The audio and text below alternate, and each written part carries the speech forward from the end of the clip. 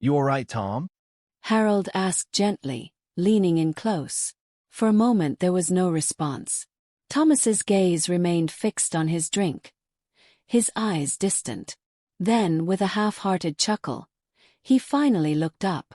Yeah, just tired, that's all. But there was something off in his tone. The words were forced, a hollow attempt to mask the deeper struggle. The rest of the tavern fell silent, sensing the vulnerability in the exchange. Harold tried to press further, but Thomas quickly changed the subject, his usual bravado returning, but with less vigor.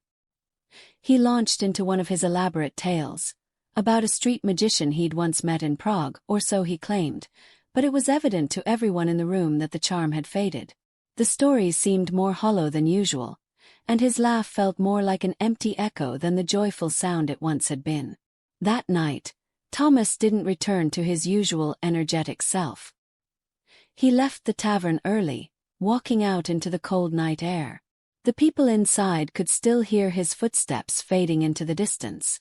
For the first time in months, the town was left with a haunting silence, a silence that spoke louder than any of Thomas's stories ever had. In the days that followed, Thomas became more withdrawn. He stopped attending the tavern for a while, and when he did show up, his visits were sporadic, almost unpredictable.